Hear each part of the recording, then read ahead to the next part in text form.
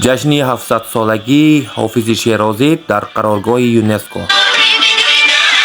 در قرارگاه یونسکو واقع در شهر پاریژ فرانسه تحت عنوان 700 سال با حافظ و بزرگداشت حافظ شیرازی کنفرانس نمایشی بین المللی و برنامه فرهنگی برگزار گردید.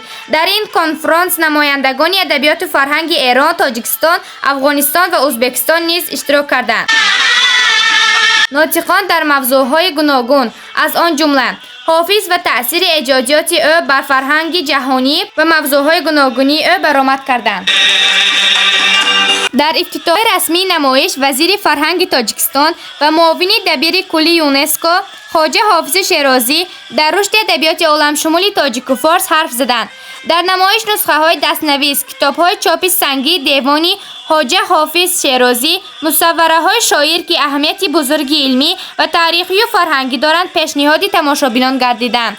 در دایره برنامه فرهنگی با اشتراک هنرمندان انسامبل دولتی شش مقامی به نام فضل‌الدین شهاباف، انسامبل رقصی گلرس و هماوازی ارکستر هنری پاریژ سرود و ترانه ها از ایجادیات حافظ شیرازی اجرا گردیدند. مهمانان و اشتراکداران سرودهای دلکش و آهنگهای جذاب را خوش استقبال نمودند.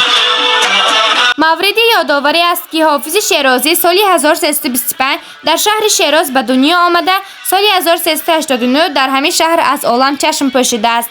یادآور میکنیم که شاعر و متفکر بزرگ خواجه شمس‌الدین حافظ شیرازی از زمره بزرگترین شاعران تاجیک و فارسی عصر 14 است که در سرخط صاحب دیوانهای مشهور و ماندگار ادبیات قرار دارد.